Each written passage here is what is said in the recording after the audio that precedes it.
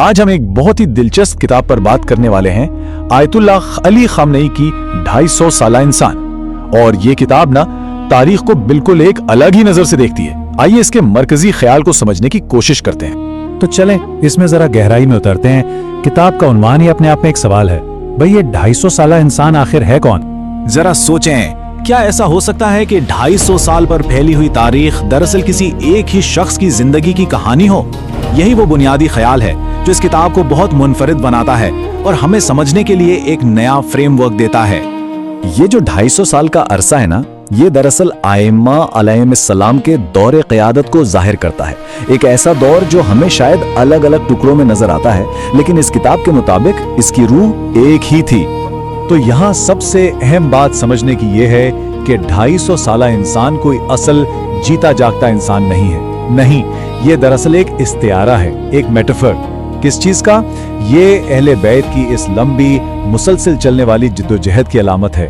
ایک ایسی جدوجہد جسے ایک ہی مقصد کے لیے گویا ایک ہی شخص لڑ رہا ہو۔ اچھا، تو اس جدوجہد کی شروعات کہاں سے ہوتی ہے؟ اس کی بنیاد رکھی تھی پیغمبر اسلام حضرت محمد مصطفیٰ صلی اللہ علیہ وآلہ وسلم نے۔ یہ کتاب ہمیں بتاتی ہے کہ نبی اکرم صلی اللہ علیہ وآلہ وسلم نے صرف ایک پیغام نہیں دیا، بلکہ ایک مکمل سماجی اور اخلاقی نظام بنایا جو انصاف پر مبنی تھا۔ اور یہی وہ بنیاد تھی جس پر اگلے 250 سال کی جدوجہد کی عمارت کھڑی ہونی تھی۔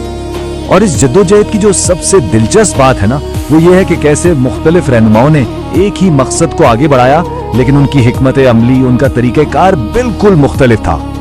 جیسے کہ امام علی علیہ السلام، انہیں الہی انصاف پر مبنی قیادت کا پہلا معمار کہا گیا ہے۔ ان کی زندگی صبر اور اصولوں پر ڈٹے رہنے کی ایک زبردست مثال ہے، خاص طور پر جب خلافت کے دوران انہیں سخت اندرونی مشکلات کا سامنا تھا، تب بھی وہ انصاف کے اصولوں سے 1 انچ پیچھے نہیں ہٹے۔ اسی طرح حضرت فاطمہ سلام اللہ علیہا کے کردار کو دیکھیں، انہیں ایک ہمہ جہت رہنما کے طور پر دکھایا گیا ہے۔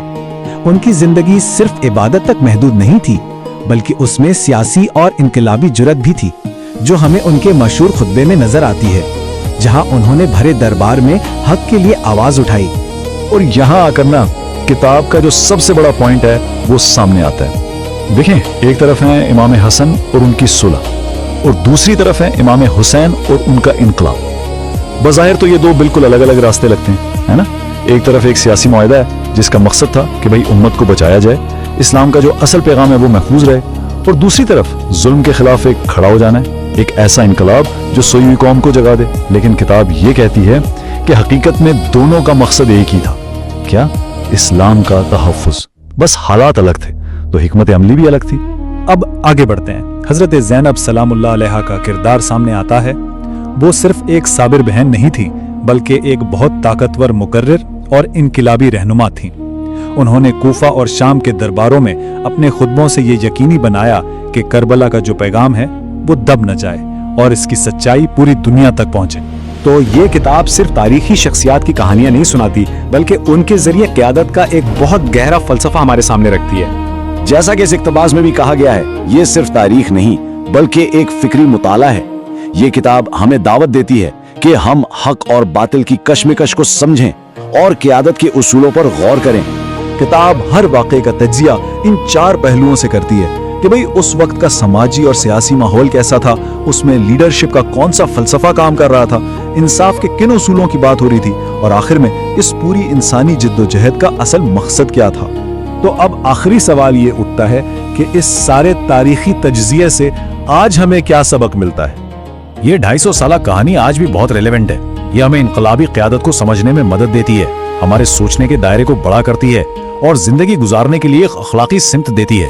یہ صرف تاریخ کا علم نہیں، بلکہ اپنی ذات میں ہمت، علم اور ایمان کو مضبوط کرنے کا ایک ذریعہ ہے۔ تو اس کتاب کو پڑھنا صرف معلومات اکٹھا کرنا نہیں ہے، بلکہ یہ ایک روحانی اور فکری سفر ہے، ایک ایسا سفر جو پڑھنے والے کو اپنی زندگی میں انصاف، ہمت اور سچائی کے اصولوں پر چلنے کی ہمت دیتا ہے۔ اور آخر میں یہ کتاب ہمارے لیے ایک بہت بنیادی سوال چھوڑ جاتی ہے، جس پر سوچنا بہت ضروری ہے کہ قیادت کا، لیڈرشپ کا اصل مقصد آخر ہونا کیا چاہیے؟ کیا یہ صرف طاقت حاصل کرنا ہے یا پھر انصاف قائم کرنا ہے؟